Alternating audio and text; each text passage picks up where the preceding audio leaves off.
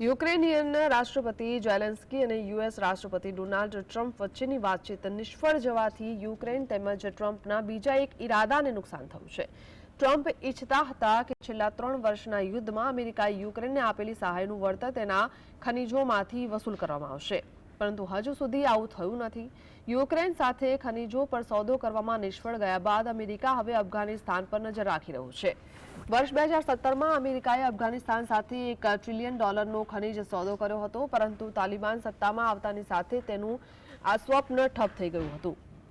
Trump હવે ફરીથી અફઘાનિસ્તાન તરફ વળવા માંગે છે, પરંતુ તાલિબાન સામે પોતાનું લક્ષ્ય હાંસલ કરવું તેમના માટે સરળ રહેશે નહીં.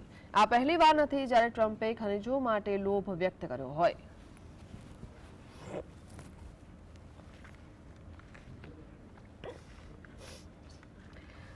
અમેરિકાએ અફઘાનિસ્તાનમાં ચીનની વધતી દખલગીરી પર ચિંતા વ્યક્ત કરી છે. નિષ્ણાંતો માને છે કે ટ્રમ્પ દખલગીરીના બહાને ફરીથી અફઘાનિસ્તાન પાછા આવવા માંગે છે. ટ્રમ્પ હાલમાં ચીનની વધતી શક્તિથી ચિંતિત છે અને તેઓ કોઈ પણ કિંમતે ચીનને આર્થિક યુદ્ધમાં અમેરિકાથી આગળ વધવા દેવા માંગતા નથી.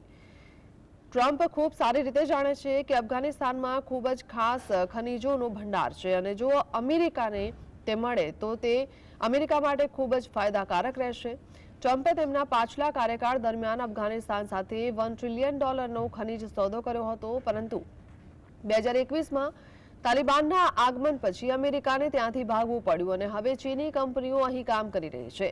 તે સમયે ટ્રમ્પે દેશના ખનીજ ભંડારો અંગે તાત્કાલિક અફઘાનિસ્તાન રાષ્ટ્રપતિ અશરફ ગની સાથે ચર્ચા કરી હતી, જેમણે પહેલી વાતચીતમાં ખાણકામને આર્થિક તક તરીકે પ્રોત્સાહન આપ્યું હતું. હવે ટ્રમ્પે આ કરવા માટે તાલિબાન સાથે વાટાઘાટો કરવી પડશે, પરંતુ અમેરિકાએ હજુ સુધી આ તાલિબાને સરકાર તરીકે માન્યતા આપી નથી, જેના કારણે વાટાઘાટો શક્ય બને તેમ લાગતું નથી.